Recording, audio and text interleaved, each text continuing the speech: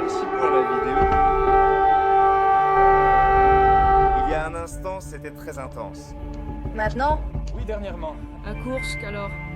Au final, eh bien, des missiles sont arrivés jusqu'ici, plus près, dans le district d'Octobre.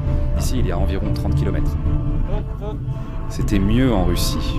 Je parle de la protection, de la sécurité pour demain. Des combats très intenses. Toute cette bataille a décidé de la nôtre, la Russe. Eux, Là-bas, ils disent Golgrad. Non, tout a commencé avec la bataille de Koursk. Salutations et bienvenue dans une nouvelle vidéo.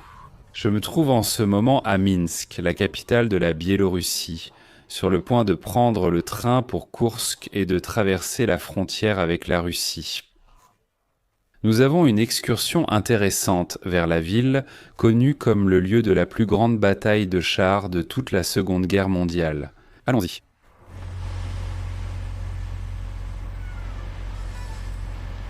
Au fait, ne me dites pas que le billet biélorusse n'est pas cool. C'est étrange, on dirait qu'il vient de l'époque soviétique.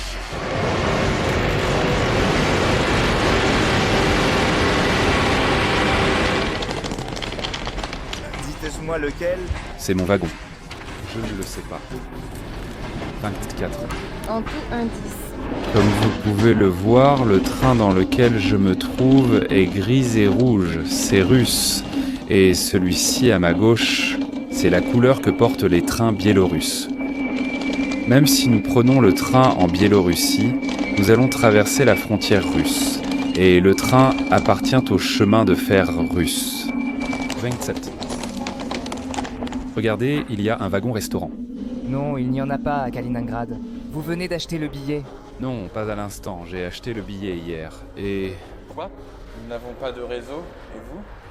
Nous l'avons déjà trouvé. Nous l'avons trouvé. Allez-y. Nous montons. Nous partons dans peu de temps. Mesdames et messieurs les passagers, nous montons. On monte, on monte, on monte.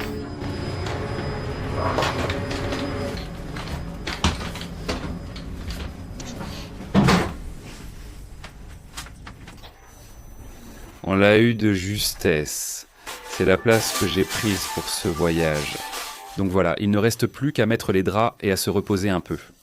Il est très tôt le matin. Il nous reste 16 heures de voyage.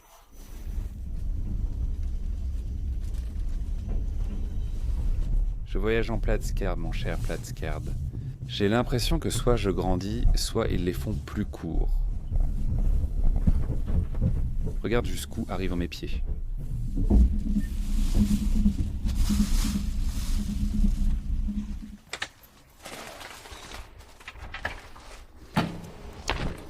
Tu es sorti? Oui, je suis sorti. À quelle heure arrives-tu? À 12h03 demain? À quelle heure? Ah, quelle sieste de 4 heures je viens de faire. Nous venons de nous arrêter à Smolensk. J'ai 1 heure. Bon, maintenant un peu moins, mais c'est l'arrêt le plus long. Je vais voir si j'achète quelque chose à manger, parce que je n'ai rien acheté et je n'ai même pas d'eau. Rapidement. Smolensk. Même si vous regardez sûrement cette vidéo dans le désordre, c'est-à-dire que vous ne saurez pas comment je suis arrivé jusqu'ici, parce que les autres, je les publierai plus tard. Smolensk est aussi une ville héroïque. Comme beaucoup le savent, 12 villes de l'ancienne Union soviétique ont ce titre pour leur défense contre l'invasion nazie. Et Smolensk, même en passant, peut déjà s'ajouter à la liste des endroits visités. Ce que j'ai derrière moi, c'est le bâtiment principal de la gare, et vous pouvez encore voir sur les corniches. Là-haut, la faucille et le marteau. Ici, sur une petite plaque sur la façade, vous avez... Précisément pendant la guerre contre les occupants fascistes allemands de 1941 à 1943, les partisans cheminots sont morts héroïquement. Et là les noms. Gloire éternelle aux héros. Et regardez ici, derrière moi, comment ils transportent les voitures, les wagons remplis de voitures depuis le Kazakhstan vers Auto, fabriqués au Kazakhstan. Je me demande si c'est le distributeur des Lada qui les fabrique là-bas et les amène jusqu'en Russie. Un arrêt stratégique pour prendre un café ici à la gare de Smolensk, qui d'ailleurs est assez jolie, hein? Oui, petite, mais avec d'énormes colonnes. Les chapiteaux sont très décorés, il y a aussi des lustres suspendus au plafond. Et puis vous pouvez voir différents tableaux qui représentent la ville de Smolensk à l'époque ancienne jusqu'à Lénine par exemple. Celui-ci ici Son titre est Jodoki chez Vladimir Ilitch Lénine. Ce serait quelque chose comme les marcheurs rouges. Bon, je ne sais pas exactement, mais regardez, les marcheurs rouges. Pas le marcheur rouge, mais les marcheurs rouges avec Lénine. Repos après la bataille, et vous pouvez voir les soldats soviétiques en train de fumer une cigarette et de manger. Il n'y a plus de Coca-Cola ici. Avez-vous le bon cola? Où est-ce qu'on va prendre en haut? Oui, comment ça s'est passé? Et 2 itinéraires pour descendre. Bien, nous avons déjà nos vivres de survie. Au minimum 2 sandwichs, une bouteille d'eau et une glace, que je vais maintenant. Manger. Tenez, vous voulez travailler comme chef de wagon ou vous voulez travailler pour les services ferroviaires de Russes commence. Salaire à partir de 60 000 roubles par mois. J'ai remarqué que dans ce train, je ne sais pas si je l'ai capté avec la caméra, mais ce sont des gamins, des garçons de, je ne sais pas, 16, 17, 18 ans. C'est l'impression que j'ai. Les chefs de wagon sont généralement des dames assez âgées. J'ai déjà vu un monsieur, mais ici il y a surtout de jeunes garçons. C'est la première fois que je vois cela. Même les mécaniciens qui sont à bord, pratiquement tous. Pour célébrer le fait que j'ai traversé la frontière entre la Biélorussie et la Russie, je me suis acheté, regardez cette glace. Une glace classique, le plombier, celle à la crème, la typique que vous pouvez trouver ici, en Russie et dans ces régions. Avec un détail soviétique, glace soviétique. Bon, celui-ci est un peu sorti écrasé. Normalement, ça devrait ressembler à la photo, pas sortir comme ça. Plus. Plus rond, mais bon. À votre santé. Salutations. C'est mon préféré. Ni au chocolat, ni au caramel, ni autre chose. Peu de saveurs sont disponibles, 3 ou 4 selon la marque. Voici le plus classique, la glace à la crème, typique de l'époque soviétique. Ouh, Regardez. Une glace.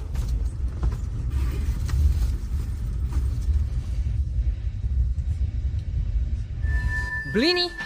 il y en a. Il y en a avec du fromage blanc. Ah, avec De la viande. Avec... la fiandée? Oui, avec... Pas de ricotta. Non, d'accord.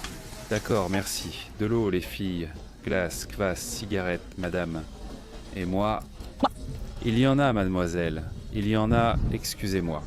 Il y en a avec du fromage blanc. Blini. Non, non, non. Prenez ici maintenant, il n'y a rien. Ne prenez pas maintenant la nourriture ici. Elle est c'est bonne, il y en a. Elle. Elle vient uniquement le matin, pas avant 4 heures. Seulement le matin, oui. Vera, oui, la femme avec le... Cheveux. Pourquoi a-t-il dit de ne pas prendre? Parce que L'autre en apporte. Et ce n'est pas bon. Elle apporte... ce n'est pas bon, oui. Maintenant, ce n'est pas la peine de prendre. Bien, merci beaucoup. Oui, de rien.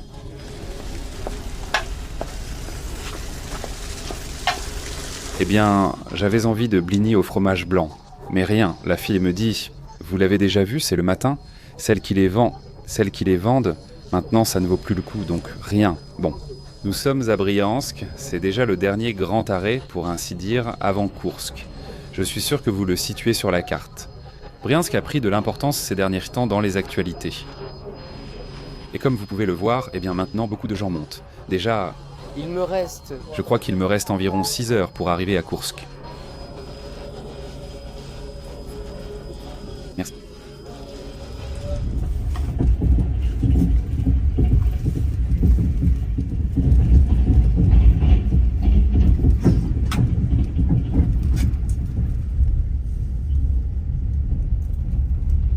Le dernier arrêt avant d'arriver à Koursk s'appelle Koursk-Kievski. Je ne sais pas pourquoi. Eh bien, c'est parce que nous sommes pratiquement à la frontière, ou très près de l'Ukraine, et peut-être qu'une ligne partait d'ici pour rejoindre Kiev. Je ne sais pas. De toute façon, tout à l'heure, je n'ai pas pu m'acheter les blinis au fromage blanc. Et pour 80 roubles, je me suis acheté un épi de maïs déjà salé, ce qui fait environ 80 centimes d'euros. Là-bas, à une dame, pareille que celles qui vendent à Césarée, une dame, une petite grand-mère, est très gentille. C'est infaillible. Comme vous voyez, il commence déjà à... Nuit, le soir tombe. Quel beau ciel il y a aujourd'hui. Et je ne l'avais pas dit, mais le train dans lequel je me trouve est énorme. Il fait plus de 20 wagons de long. Je suis dans le 24e. Nous étions si loin qu'il n'y avait pas assez de quais, et nous avons traversé 3 wagons pour sortir. C'est un train qui va de Kaliningrad jusqu'à Sotchi. Imaginez le trajet qu'il fait. Il traverse toute la Biélorussie, puis longe la frontière avec l'Ukraine, arrive jusqu'à Rostov et de là descend jusqu'à Krasnodar puis Sotchi. Cela fait 70 heures. Nous avons des brigades étudiantes de vérificateurs, c'est-à-dire les organisations étudiantes russes. Nous avons de nombreux domaines. Comme vérificateur, Constructeurs, pédagogues. Eh bien, différents domaines. c'est pourquoi, Vous deux ensemble. Ici. comme l'organisation étudiante. Oui. C'est Vous êtes tous ici à tour de rôle? non. Oh, nous travaillons ici de manière spécifique. Et pourquoi vous n'y allez pas? Autant que je sache. C'est dommage. Les cours Mensuel, ça. Nous les avons suivis. Nous avons étudié, nous sommes allés. Nous avons fait le voyage d'études et réussi la sécurité au travail. Voyage d'études. Ensuite, Nous avons réussi les examens. Et nous voilà en train de parcourir le pays. beaucoup. De jeunes. Oui, c'est-à-dire, nous avons... La brigade de. Les contrôleurs, ceux qui portent un uniforme gris, ce sont des étudiants de l'organisation. Vous êtes formidables. Vraiment, vous êtes formidable. Quel âge as-tu? Moi. 19, déjà 19 ans. Bien, merci. Merci beaucoup. Avant.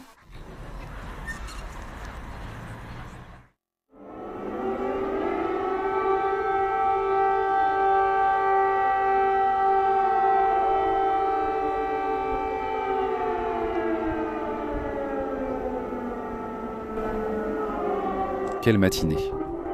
Comme vous avez pu l'entendre, ce que vous entendiez, c'était les sirènes d'alerte aérienne pour une attaque de drone ou de roquette.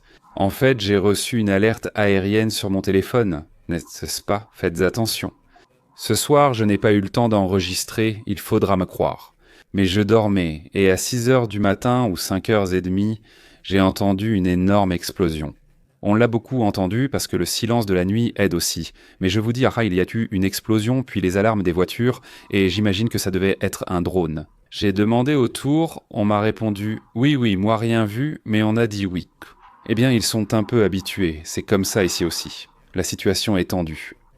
Et en général, dans toute cette zone proche de la frontière avec l'Ukraine, il y a souvent pas mal d'attaques de drones ici. Et vous l'avez déjà vu, les alertes anti-aériennes font partie du quotidien. Et voilà, rapidement. Regardez où je suis, quel luxe, c'est arrivé par hasard. Je suis dans un hôtel spa de luxe, juste à côté de la gare. Par hasard, je dis, parce que j'avais réservé un hôtel à la gare de Kourskaya, mais à Moscou. Je ne m'en étais pas rendu compte, j'étais fatigué. Et voilà, pour 5000 roubles, j'ai un hôtel de luxe 4 étoiles avec petit déjeuner inclus. Regardez ce lit avec vue à côté de la gare, entièrement équipé. Pour ceux qui me demandent comment sont les hôtels en Russie. Et puis la salle de bain, elle aussi très propre et en parfait état. Autre point marquant, depuis l'escalier de l'hôtel, une fenêtre donne sur une crèche, un jardin d'enfants. On voit une carte de la bataille de Koursk dans une crèche. C'est sûrement pour le 80e anniversaire de cette bataille, célébrée l'an dernier. Assez d'introduction à Koursk. Matinée agitée, nous allons maintenant approfondir cette bataille et explorer la ville. Allons-y. Après la victoire soviétique à Stalingrad, début 1943, l'armée rouge a repris du terrain, repoussant les Allemands vers l'ouest. Malgré le coup dur subi à Stalingrad, les troupes allemandes ont su se défendre de manière stratégique sur le front de l'Est, en menant une défense mobile. Mi-1943, elles se sont préparées à porter le coup final aux troupes soviétiques, isolées des lignes de ravitaillement. Après la prise de Kharkov en mars 1943 par les troupes allemandes commandées par von Masten, sur le front de l'Est, un saillant de 250 km s'est dessiné autour de la ville de Koursk. Le saillant de Koursk fut choisi pour une attaque en tenaille visant à encercler et capturer l'armée rouge, lors de l'opération Citadelle. Plusieurs facteurs furent déterminants dans les préliminaires de la bataille. D'une part, le système d'espionnage soviétique en Europe, connu sous le nom d'Orchestre Rouge, permettait de devancer les plans nazis. La défense soviétique reposait aussi sur 3 anneaux principaux et d'autres lignes secondaires, remplis de fortifications, d'artillerie et de mines antichars, entre autres choses. L'anticipation soviétique fut telle que, la veille au soir, ils surprirent avec une attaque d'artillerie qui déstabilisa les troupes allemandes. Malgré cela, l'opération Citadelle a débuté à 5h30 le 5 juillet 1943,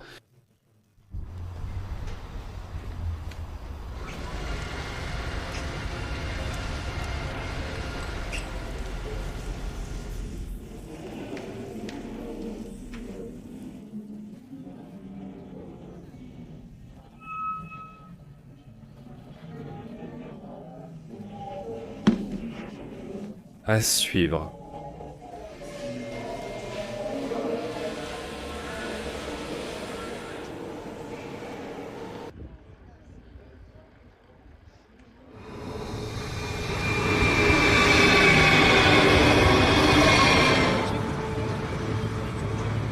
Pilote squid, pilote.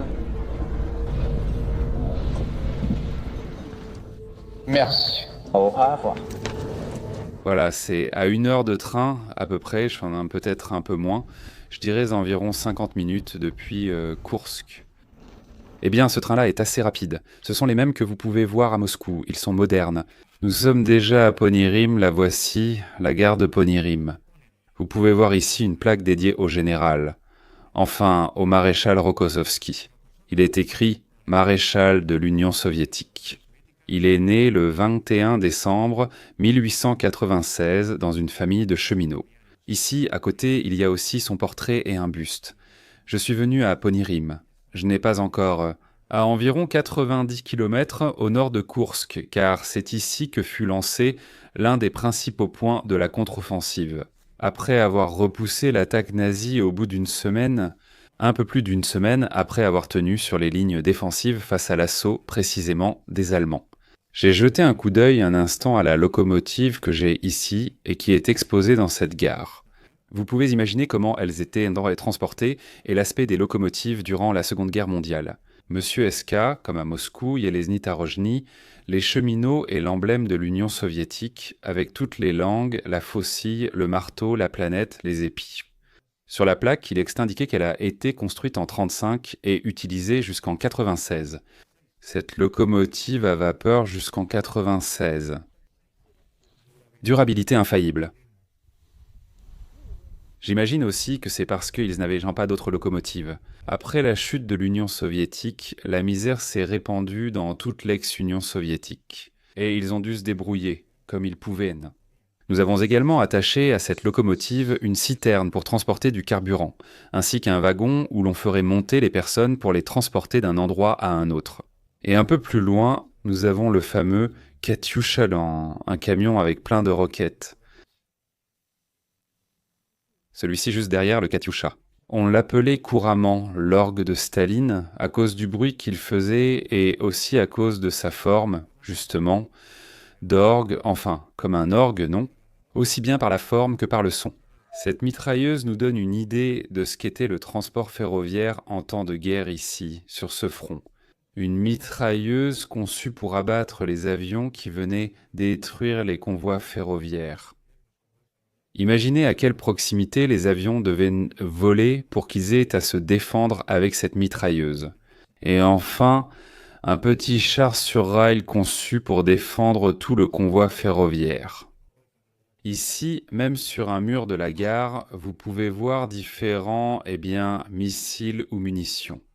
La première impression, c'est que tout cela tourne autour de la défense et de la contre-attaque de Koursk. La raison étant que l'an dernier, pour le 80e anniversaire de la bataille de Koursk ici à Ponirim, je suis venu. Voici un mémorial récemment inauguré que nous allons visiter.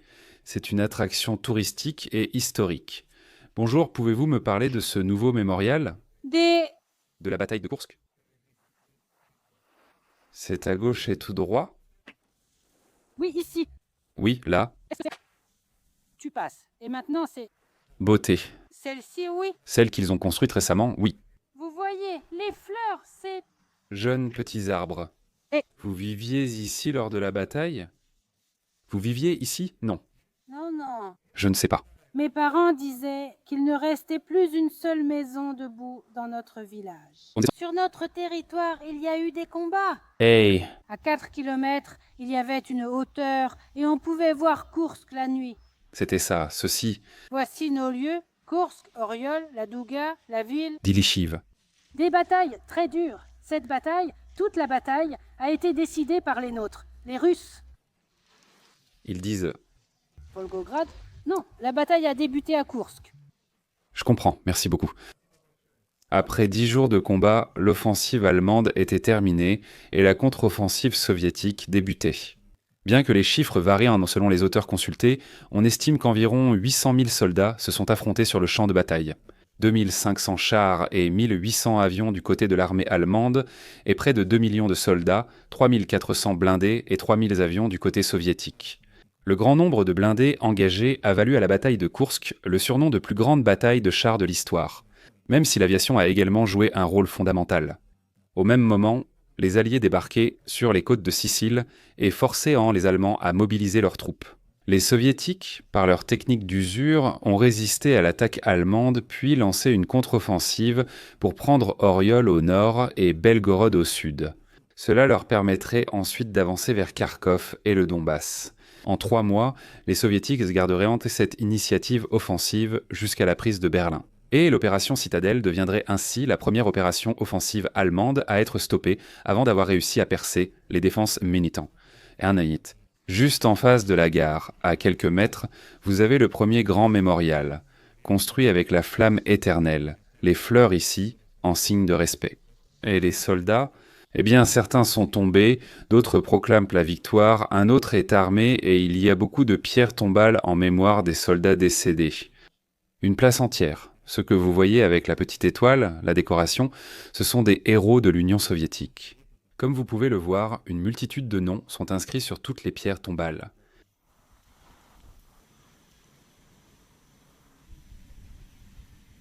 Regardez comme c'est curieux. Ici, les participants de la République d'Ingouchie à la bataille de Koursk.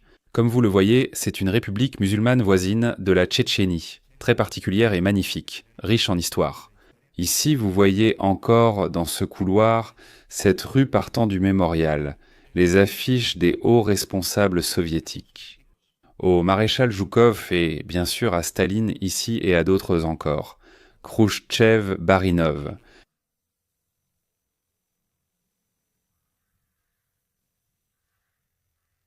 Ici, vous pouvez voir précisément ce saillant de Koursk. Ponyri, qui était encore en territoire contrôlé par les soviétiques, ainsi qu'Orel et Briansk, qui furent la première partie de la contre-attaque soviétique.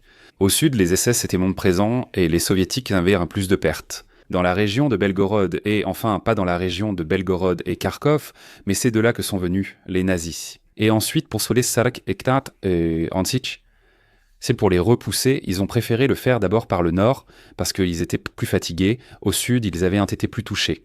Les premières bidonvilles reprises le nom de ce saillant et transformées en ligne droite furent Oriol puis Briansk. Par la suite, ils récupéreraient Belgorod et Kharkov dans le bassin du Donbass.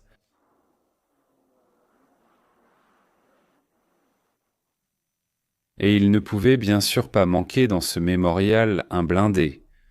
Dans ce cas, c'est Nokiseta, le canon automoteur ISU 152. Une chose frappante dans cette bataille de Koursk, c'est la quantité de types de blindés qu'il y avait. Bien sûr, les plus célèbres sont les Tigres du côté allemand ou les T-34 soviétiques. Chacun avec ses fonctionnalités et spécificités conçues pour un usage précis. Il en faisait partie, c'était l'un de ceux présents lors de cette bataille. Regardez ce que je vous dis, celui-ci avait même une pelle à l'arrière et en haut, comme des banquettes pour transporter plus d'unités en plus de celles déjà à l'intérieur. Parmi certains des blindés que l'on pouvait voir sur le champ de bataille, il y avait les Panzer II allemands, chars légers, les Panzer III, chars moyens, et les Panzer IV. On a aussi attendu l'arrivée des 5 nouveaux Panzer avant d'attaquer. Conçus pour contrer le T-34 soviétique, les lourds Six Tiger, ainsi que les chasseurs de chars Elfant.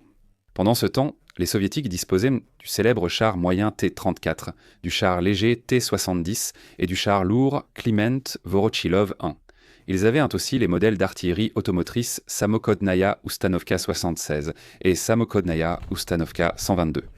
Je suis sûr que ceux d'entre vous qui connaissent l'histoire de la Seconde Guerre mondiale savent que la bataille de Koursk est l'une des plus controversées. Je veux dire que, on n'en a pas beaucoup parlé jusqu'aux années 50 ou 60, surtout du côté occidental, en Allemagne, en Angleterre, aux États-Unis. Et ce vide a été comblé par les historiens et les mémorialistes soviétiques. C'est seulement plus tard, dans les années 70, 80, 90 et maintenant, récemment, qu'ils publient des études statistiques sur la bataille du côté allemand, dans lesquelles beaucoup des mythes créés autour de cette bataille sont réfutés.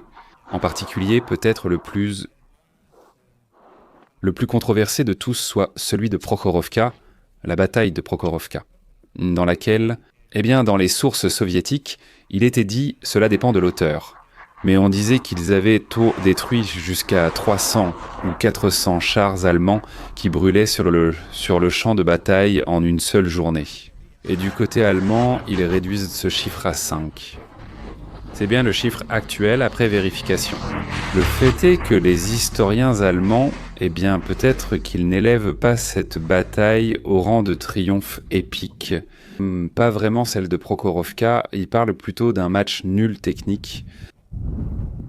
Ils vont même jusqu'à parler de catastrophe ce jour-là à Prokhorovka, parce qu'ils se concentrent justement sur un jour qui, apparemment, d'après ce que j'ai lu, de nombreux chars soviétiques sont sortis à la rencontre des Allemands et sont tombés dans un fossé qu'ils avaient eux-mêmes creusé, qui appartenait à l'armée soviétique.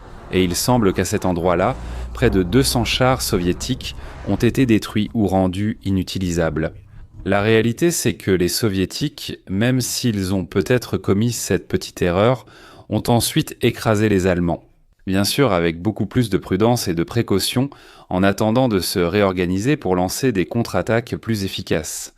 La base à Prokhorovka, précisément, vous pourrez trouver un autre mémorial, avec un musée inclus. Et si cela vous intéresse, vous pouvez aussi le visiter. Plusieurs chars sont exposés et ils évoquent cette bataille. En fait, comme je vous l'ai déjà dit, cela dépend de la version que vous entendez, vous verrez une chose ou une autre. Regardez, je suis en route vers le mémorial. Sacrée courgette, c'est ça, mon Dieu. Je ne sais pas... Oui, citrouille, je dirais ça c'est mieux. Non, pas des courgettes, mais des citrouilles. Ici, vous avez un immense potager dans ces habitations. Tout ce terrain, pour que vous puissiez vous faire une idée, est plat, il n'y a que quelques petites élévations. Mais ce que je veux dire, c'est qu'il n'y a pas de grandes montagnes ou de grandes collines. C'est plat et la végétation que vous voyez ressemblerait beaucoup. Allez, c'est identique, parce que en ce moment, je suis au début du mois d'août, à celle qu'on trouverait lors de la bataille de Koursk. Voilà à quoi cela ressemblerait, avec ces différentes ceintures forestières, des broussailles de toutes sortes, quelques maisons et villages abandonnés ou en flammes. Comme disait la grand-mère, là où je me promène maintenant, exactement comme je le fais en ce moment, cela ressemblerait beaucoup à ce que les soldats trouvaient à cette époque. Le voici quand ça mangeait bzisich, pensait comme ni. Le T-34, le char soviétique par excellence de la Grande Guerre patriotique, dédié aux héros tankistes. L'inscription dit sur un piédestal. Au fond, là où je vais, se dresse le mémorial de la bataille de Koursk à Ponir, une statue impressionnante de plus de 12 mètres. Et je ne sais pas si vous l'entendez, mais là ce sont les sirènes d'alerte aérienne. Encore une fois, ils n'arrêtent pas de m'envoyer des messages toute la journée, et où que j'aille, il dit qu'il y a une attaque de roquettes dans l'oblast de Koursk. Ils disent au fond de faire attention. Ensuite, j'ai consulté une chaîne Telegram que je possède, dédiée à ce type de choses liées aux guerres. J'ai vu que cette nuit, ce que j'ai entendu, l'explosion que j'ai entendue, c'était une incursion de soldats ukrainiens dans l'oblast de Koursk, là où je me trouve. Voici cette impressionnante statue, où l'on voit un soldat soviétique séparant deux énormes morceaux. À mon avis, ça pourrait être de l'acier, comme l'ombre ou la silhouette des chars. Le terme « acier contre acier » a souvent été utilisé pour décrire cette bataille, en raison du grand nombre de chars et de blindés qui se sont affrontés. Et ici, à côté du monument principal, vous avez aussi des coupures de presse du journal Pravda, le journal soviétique par excellence, avec différents événements marquants qui ont eu lieu tout au long de la guerre. Par exemple, ici sur celui-ci, il est écrit « Blindé entre des mains expertes ». Et vous avez l'histoire de ce soldat, Alexandre Samoussenko, qui n'avait même pas 19 ans et qui avait déjà combattu dans la guerre entre les Finlandais et les Soviétiques. Il dit qu'il s'est battu dès le premier jour. En voici un autre par exemple, blessé mais pas brisé. Comment un soldat rouge a tué 300 Allemands. En particulier, il parle de Yakov Studienikov, ou celui-ci, la première victoire d'Ivan Kojedov, un aviateur. Et ici, il donne les détails de sa victoire. C'est rempli comme vous pouvez le voir, tout cela aussi et ceci ici. Ici, au milieu de la route, nous trouvons une plaque en mémoire d'un autre héros de l'Union soviétique que nous avons vu tout à l'heure. Le 7 août 1943, en tant que membre de l'armée soviétique, il a neutralisé 8 chars d'assaut et détruit 4 chars, et il est mort héroïquement dans la localité de Gorloï. Le sergent Alexei Dmitrievitch Sapounov, 1921-1943. Et comme il ne pouvait en être autrement ici à la gare de Ponyri, la décoration suit le thème de la bataille de Koursk. Et vous avez par exemple le 15 juillet, passage à la contre-offensive de l'armée soviétique. Le 23 août, libération de la ville de Kharkov. Le 5 août, libération des villes de Belgorod et Orel. Début de l'opération de défense le 5 juillet. Vous avez même un hall dédié à la gloire militaire dans cette station. Et c'est parce qu'elle a joué un rôle fondamental, comme la plupart des localités qui se trouvent ici. Pendant la bataille de Koursk, lors de la contre-offensive, cette station en particulier. C'est pourquoi le monument a été construit ici, et qu'on célèbre la défense et la contre-attaque de Koursk à cette station. Regardez ce tableau. Ici, vous pouvez voir un soldat soviétique traînant pratiquement un tankiste avec le reste des chars détruits. Et regardez comme on voit bien, sur cette carte dans le hall de la station, les 3 principaux anneaux défensifs qu'ils avaient autour de la ville de Koursk et qui protégeaient le saillant, n'est-ce pas, comme on l'appelle en termes militaires, ce saillant. En rouge, c'est là où se trouvait l'armée soviétique, et en gris, c'est la zone nazie, allemande. Et vous pouvez voir les détails des bataillons, des divisions, leurs noms et les mouvements qu'ils ont effectués. Mais ainsi que la date et le type de défense selon chaque anneau. Vous pouvez aussi voir tous les villages en détail. Et là-haut à Ponyri. Vous pouvez voir que les Allemands sont entrés là, ici vers Ponyri, et en bas, là où ils sont le plus entrés, ils ont avancé jusqu'à 30 km. Ils sont arrivés jusqu'à Kochetovka et d'autres villages de là-bas. Ces 3 anneaux défensifs étaient équipés d'obstacles anti-chars, de barbelés, de mines, de chars enterrés, d'artillerie enterrée, de fossés anti-chars. Et aussi une chose très curieuse, c'est que les ingénieurs nazis ne pouvaient pas utiliser le détecteur de mines. Parce que les soviétiques avaient semé tout le champ de vis en fer, et ils devaient avancer avec des tiges pour retirer les mines une à une. Cela a ralenti leur travail et donné plus de temps aux soviétiques. Et malgré toutes ces défenses, les Allemands ont réussi à percer, atteignant jusqu'à 30 km, ce qui reste incroyable. Cela nous montre une fois de plus le potentiel militaire que les Allemands avaient à cette époque. Le potentiel et la supériorité. Si je ne me trompe pas, pendant la bataille de Koursk, pour illustrer la supériorité allemande, le rapport entre les pertes d'un camp et de l'autre était de 6 contre 1. Plus ou moins, c'est la tendance générale qui s'est maintenue tout au long du conflit.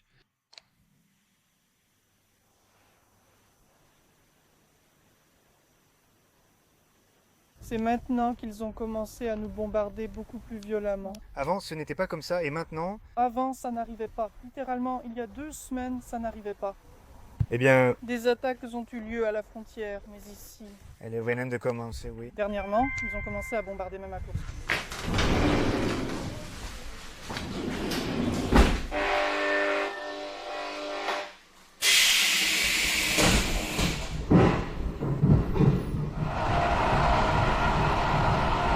Là, c'est vraiment sérieux. De retour à Koursk. Comme vous pouvez le voir, je suis dans un autre wagon, moins moderne. Ce sont les trains russes, les classiques d'autrefois, ceux que vous avez vus, qui circulent à Moscou. Dans celui avec lequel je suis venu ici,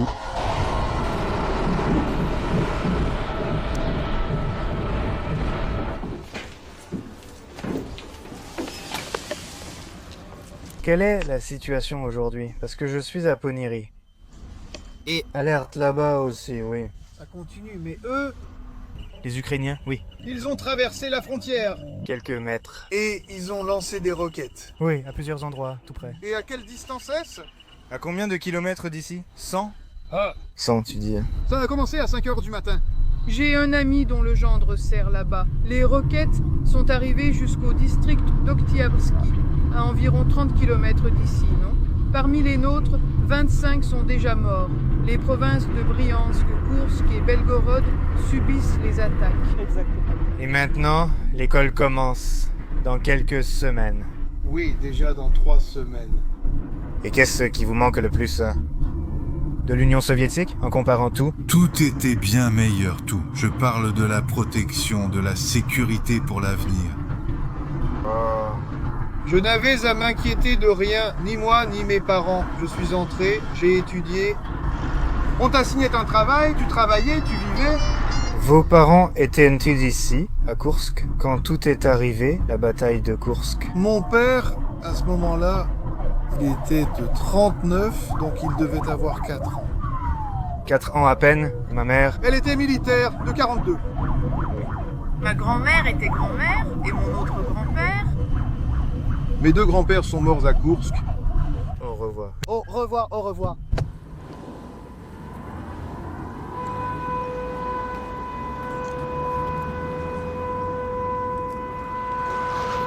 Au revoir, au revoir, au revoir, au revoir. Je viens d'arriver à l'endroit que je voulais vous montrer comme point d'orgue final. Même si la bataille de Koursk n'a pas eu lieu exactement ici, au centre de la ville de Koursk, là où je me trouve maintenant, se trouve l'un des mémoriaux peut-être les plus connus. C'est sur cette avenue, l'avenue de la victoire ou des vainqueurs. Vous avez toutes sortes de blindés et de chars, ainsi que des pièces d'artillerie qui ont été utilisées lors de cette bataille. Et il semble que vous n'ayez pas seulement celles utilisées lors de cette bataille, mais que vous en ayez aussi des plus récentes. Par exemple, ce T-62 datant de la fin des années 50 est resté en service jusqu'aux années 70 selon ce qui est indiqué ici.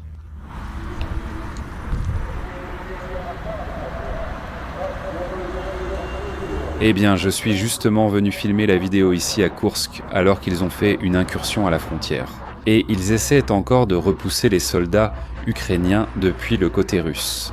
Aussi sur la façade des bâtiments de cette avenue, à l'occasion du 80e anniversaire de la bataille, vous avez plein d'affiches.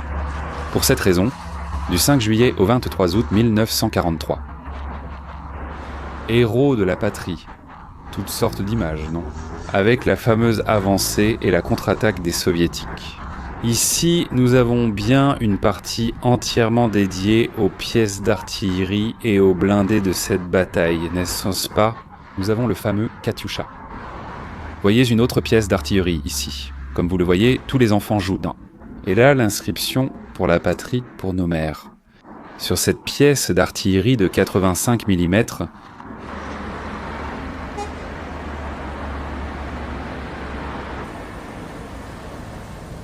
ici, ils ont le maréchal Zhukov, une statue en son honneur avec des jumelles, observant le front, sûrement ses troupes. Et ici, cette avenue se termine également par une sorte de petit obélisque, avec l'emblème de la Fédération de Russie. Pour finir cette promenade sur cette avenue de Koursk, vous avez cet impressionnant arc de triomphe qu'on retrouve aussi dans d'autres villes comme Moscou, n'est-ce pas ? En l'honneur de la victoire de la Grande Guerre patriotique.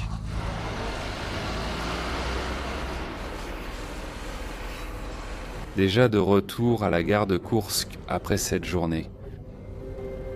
En visitant des sites majeurs de la bataille de Koursk durant la Seconde Guerre mondiale. Je suis en train de manger mon dîner avant de retourner à Moscou. Un steak russe enveloppé dans du pain, comme un petit pain de viande. Avec un thé vert. Maintenant, je vais accompagner avec cette brioche aux graines de pavot, très typique ici. J'espère que la vidéo vous a plu, c'est une vidéo que j'avais très envie de faire depuis longtemps. Suite à ces vidéos historiques et militaires comme Stalingrad ou la bataille de Koursk, n'est-ce pas ? Pour l'épopée des combats, et comme vous avez pu le voir, eh bien, l'occasion s'est présentée lorsque cette entreprise m'a contacté pour promouvoir son jeu, n'est-ce pas ? De chars. J'ai trouvé que ça collait parfaitement avec l'histoire de la plus grande bataille de chars de toute l'histoire. J'aimerais ajouter quelques mots à ce sujet. Comme vous l'avez vu dans la vidéo, nous avons eu de nombreuses alertes anti-aériennes. Et au fil de la journée, j'ai compris pourquoi. C'est parce qu'il y avait des attaques pas très loin d'ici, dans cette région. Cela me rappelle, et je suis sûr que c'est pareil pour beaucoup d'entre vous, il n'est pas nécessaire de trop l'expliquer, que la guerre n'est pas un jeu. Je ne vais pas entrer dans plus de débats. mais j'aimerais quand même laisser cette dernière remarque. Et comme je le dis toujours, eh bien, à votre santé. On se retrouve à la prochaine, sous-titré par Je N'Coil. Salut.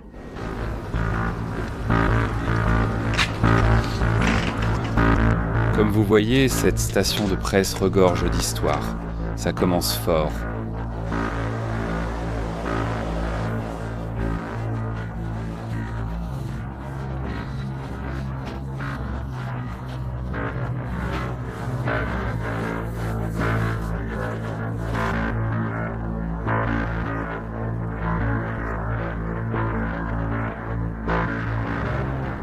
Option.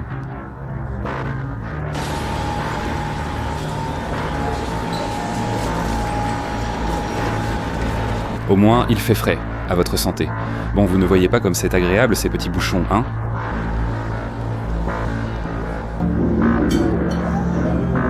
Merci. Merci. Sans aucun doute, parmi tous les travaux qui lui ont été confiés, ceux-ci sont les plus grands et les plus impressionnants.